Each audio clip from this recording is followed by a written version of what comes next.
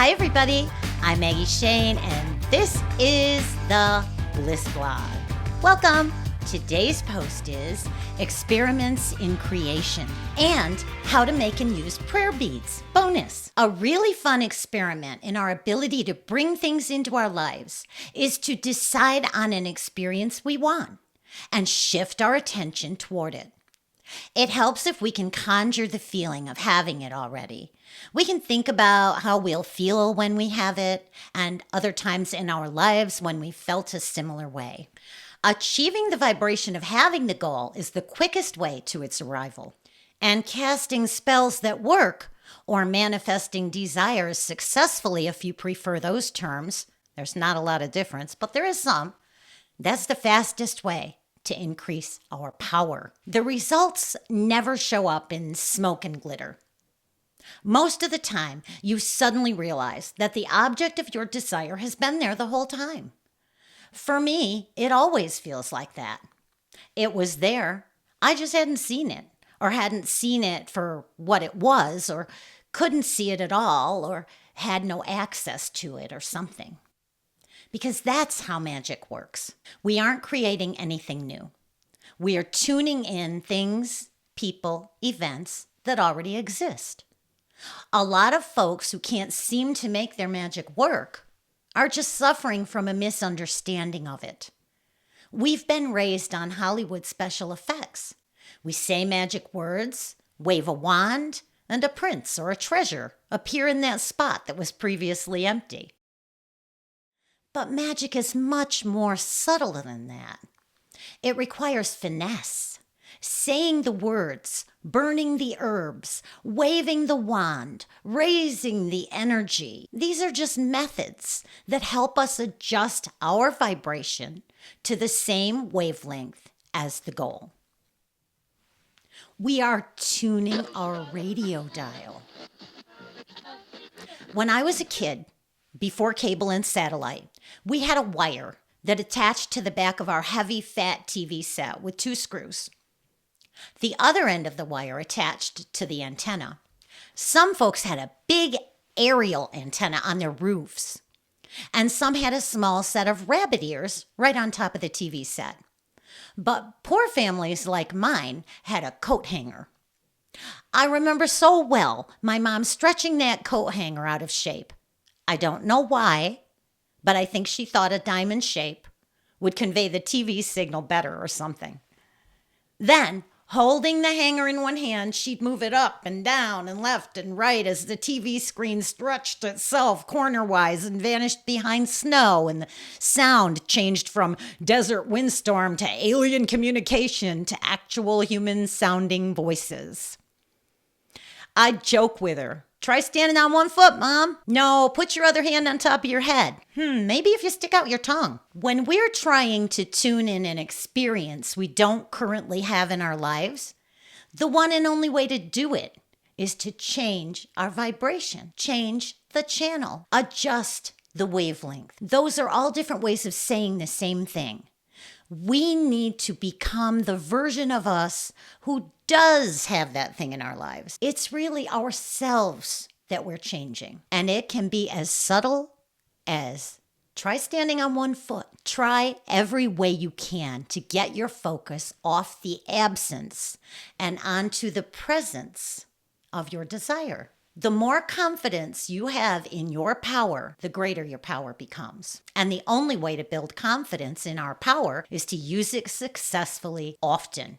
A wonderful idea is to try some experiments to demonstrate to yourself how easy it is to attune by experimenting with some little things you don't care too much about. They're easier because you don't have any resistance to them. You don't have that aching longing for them that vibrates with their absence and not their presence.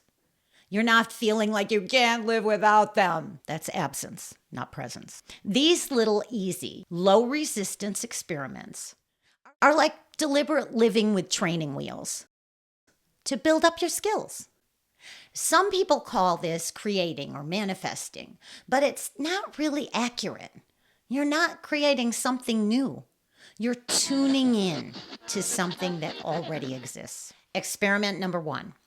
The red car. This is more deliberate creation than spell work. I like to do it when I have to go into town on my weekly grocery run. Begin with this intention. Today, I'm going to see red cars.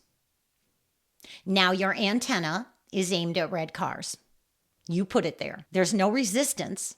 You're not saying things like, I'll just die if I don't see a red car today. I can't live without red car sightings. I want to see a red car so freaking bad. No, take note here.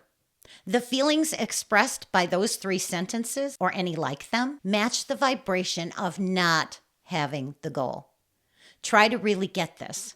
We need to conjure the feeling of already having it. We need to imagine it so vividly. We get teary with joy. We have to recognize that feeling in other areas and then bask in those to get our vibes up to the same level.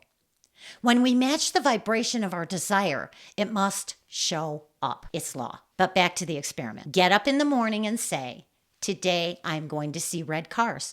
And then go about your day and you're going to see red cars. Count them up. Now some will say, but Maggie, the red cars were already there. We're just noticing them is all. Yes, exactly. Before, there were no red cars in our experience. Now, there are red cars everywhere we look. They didn't appear out of the ether. We just tuned them in. We adjusted our vibe to red cars, and like turning a radio dial, we tuned in the right channel. I should say pushing a radio button for today's radios, but you know what I mean. Everything we desire already exists, just not for us. And that might be because we haven't dialed in the right channel. This is a part of that dialing process. We have to look for the experiences we desire, and when we do, we'll find them, and others like them, right where we could have sworn they weren't. Experiment number 2. Try something less likely than a car. If you try something a little less likely, give yourself a little more time. For me, that might be, I'm going to see a cow lying down this week. Now, where I live, it's always likely that I'm going to see a cow, but I don't often see them lying down unless it's getting ready to rain. That old wives' tale is true, by the way. Cows really do lie down when they're outside and it's about to rain. For you, it might be something else. So think of something slightly less likely than a red car, but still easy. Something you see now and then, but not all the time. And focus on that. This time, because it's a little less likely, we're going to be full of doubts. And those doubts will trip us up. We're not worried at all that we'd never see a red car. We knew we'd see a red car. But now we get nervous. What if this doesn't work? What if we never see a lying down cow? Will it ruin my faith forever? That's why this time we give ourselves a week or even 2. Give yourself enough time to forget all about it, because as soon as you do, there's that supine bovine. That was a pretty good turn of phrase, I think. Maybe I should be a writer. This is a practice. Do it frequently. Almost every time I leave the house, I give myself pre-trip guidance. The traffic will be easy. The lights will all be green. Parking spaces will be plentiful. I should start adding, I won't forget anything. Don't do the experiments just once. Do them repeatedly and vary between more and less challenging things. And if you haven't yet realized this, you can tell how challenging it is by how badly you want it. The more you want it, the more resistance you have built up around it. Esther Hicks often says it's as easy to create a castle as a button. And technically, it should be. The process of tuning into a castle is no different than tuning into a button. You adjust your vibration, your focus, maybe cast a spell to really dial in the wavelength you want in a powerful, speedy way. And as soon as your vibe matches the desire, you begin experiencing it. But in practice, it's way harder to create a castle than a button. And that's because we think it is. We think it has to be. Otherwise, everyone would have castles. It's of more value to us to have a castle than a button. We would not shriek or weep with joy if someone handed us a button. But if they handed us the deed to a castle, you see how different that feels? And how it feels. That's the whole ballgame. We've got to get the feeling of having it. We've got to get confidently striding forward. Without a doubt, our goals lie in the exact direction our heart-based GPS is guiding us. Experiment number 3. Now try this with something you want. Pick something you want, but still something kind of small and easy. We're building our belief. It's the same thing as building our power. Every successful attempt makes the next one more likely to succeed. You might think of something you've lost recently. This would be a really good one for experiment number 3. Something you've lost that you'd like to find. That's a fun one. To tune it in, think of other things you've lost and then found in some unlikely place. Sometimes after quite a while. Think of how happy you're going to be when you find it. Remind yourself it's right there in front of you, probably in a place you've already looked. We've just tuned briefly into this belief that we've lost it. We can't find it. We have said those words. So first, stop saying it. Don't say it's lost. Don't say I can't find it. Stop that. It's not lost. We just think it's lost. Just simply state the goal. I want that blank. Don't say I want to find that missing blank, as I first did when I wrote this the first time, because the word missing means it's missing. You're just reinforcing that energy. And the word find something also implies that it is missing. So take those words out, simplify it. I want my blank. And it's not Mapo. That's for old people. Young people won't know what the hell that meant. I want my maple. I did this exact thing several weeks ago to find a sock that had been missing for more than a year. It was a cute little pair of socks with sheep on them and a fun gift from one of my girls. And shortly after their first wash, one of the socks went missing. I was sorting out my sock drawer and came upon the one I still had, and I said to myself, I really want that other sock. Within a week, it had been gone a year, mind you. Within a week, I opened my sock drawer and it was lying there right on top. I got a shiver. Then I realized it had to be the one that was already in there. So I dug around in the drawer and lo and behold, I found the other sock. Holy crap, I manifested a sock. I whispered my will and then forgot about it. No big whoop. That's the attitude to take with this kind of work. And speaking of finding misplaced items, here's a ritual for finding misplaced items. You will need a set of beads, and any beads will do, but I'm going to tell you how to make your own. But first, here's how to use them. Set a goal of finding the missing item. Then sit with your beads and repeat a mantra 5 times, once on each bead for 5 beads. And then say a different mantra on the next 3 beads. Repeat this pattern, 5 beads with one mantra, 3 beads with the other, over and over, holding the beads in your fingers as you move through them. If you mark the first bead with a string or a paper clip, you'll know when to stop, but you might want to go a couple of times around, depending on the length of the strand. Now you can find, borrow, or write your own words for this. They need not have meaning. The goal of the repetition is that the words lose their meaning and become a chant, just a drone, just a sound, and your brain relaxes, and your practical mind is thoroughly distracted by the chanting, so that your intuitive senses open wide, and the channels between yourself and your source run fast and clear. You are in tune when you're chanting.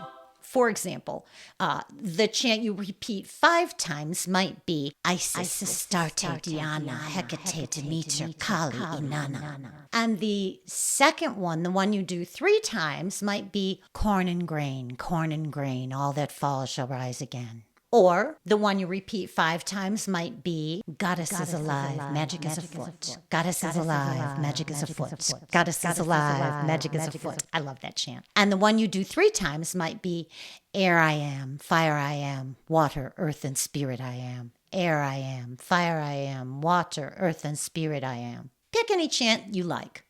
It can be verses from a song or poem, lines from a spell or Wiccan chant. Write something all your own. Nonsense words work extremely well for this. Elton John had a nonsense word song that would fit beautifully. Solar prestige agamon, ku ka kiri ke samon.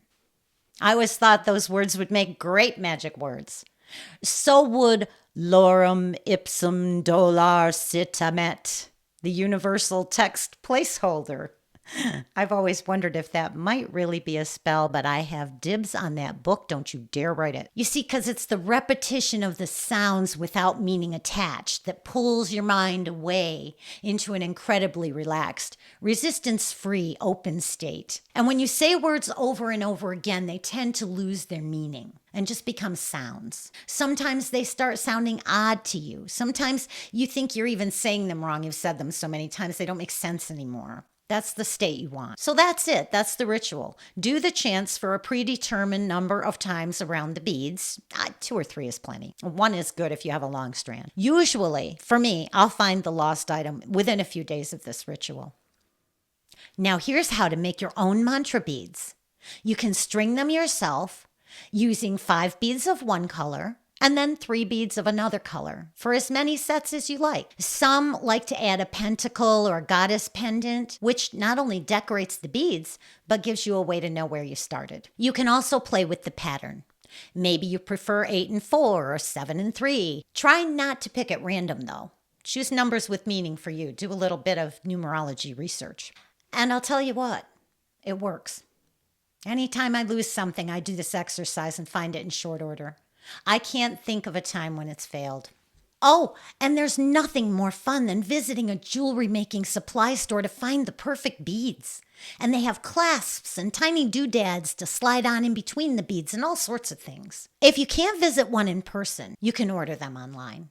I've put some links to everything you need for jewelry making in the show notes. Well, I hope today's post added some sparkle to your life. And hey, if you want to add some sparkle to mine, like, share, subscribe for free, or upgrade to a paid subscription and get all my nonfiction books for free and lots more.